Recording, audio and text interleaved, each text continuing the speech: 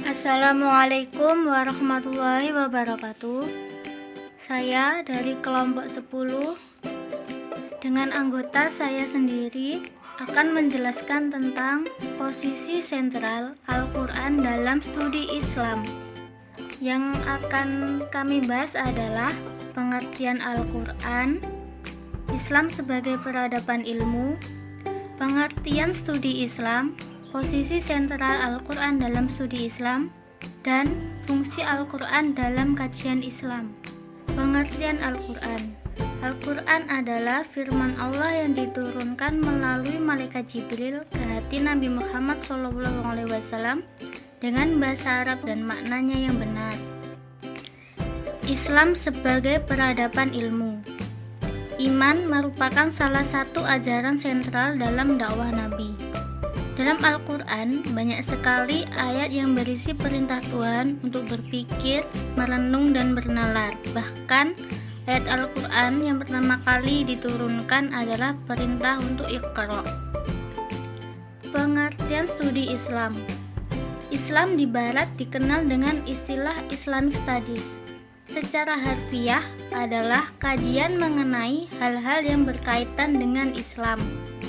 Studi Islam atau Islamic Studies merupakan suatu disiplin ilmu yang membahas dan mengkaji Islam, baik sebagai ajaran, intuisi keagamaan, sejarah, maupun kehidupan umatnya. Studi Islam di negara-negara non-Islam diselenggarakan di beberapa negara, antara lain di India, Chicago, Los Angeles, London, dan Kanada. Di Indonesia, studi Islam atau pendidikan Islam tinggi dilaksanakan di 14 Institut Agama Islam Negeri atau IAIN dan 39 Sekolah Tinggi Agama Islam atau STAIN. Selanjutnya adalah posisi sentral Al-Quran dalam studi Islam.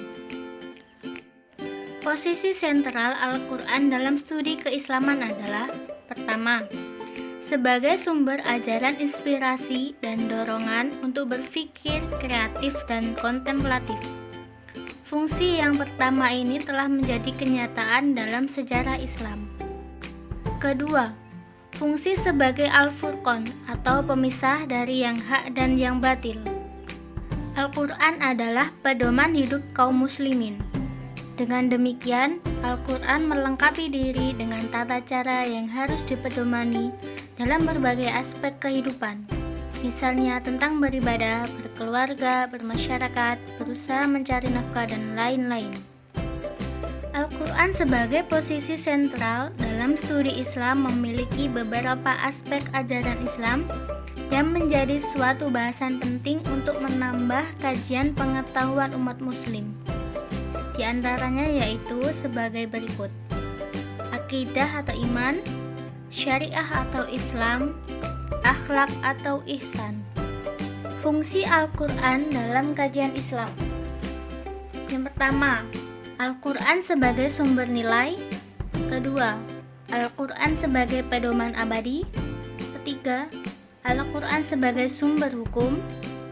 Keempat, Al-Quran sebagai kitab suci.